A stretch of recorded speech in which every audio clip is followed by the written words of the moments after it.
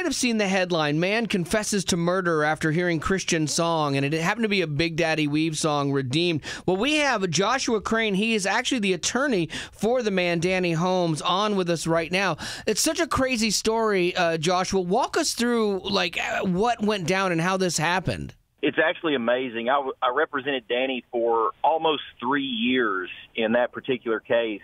And we actually started the jury trial on that case last Monday, the 19th. And we selected a jury.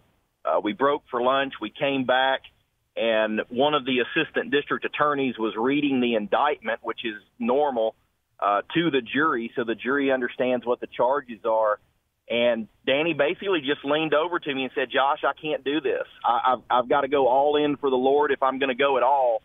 And he took every single charge and confessed to it right there and pled guilty. Now, as his attorney, were you like, "Dude, shut your mouth"? like, I mean, because you have to look out for his best interest too as a defense attorney, or were you even moved like, "Yeah, this is the right thing to do"?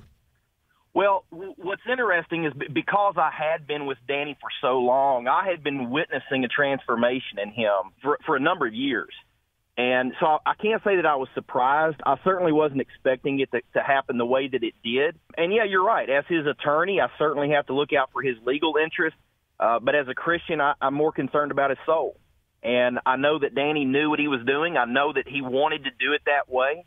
And as long as I can walk him through the process and do it legally, I'm happy for him.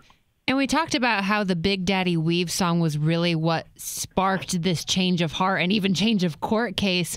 How did he bring up that song in the trial? Before the trial started, he and I had a final meeting at the jail where we were going to go over our last bit of trial prep. And we ended up doing none of that. Instead, we just basically did a 2-hour Bible study. Danny was just all over the place talking about multiple different scriptures.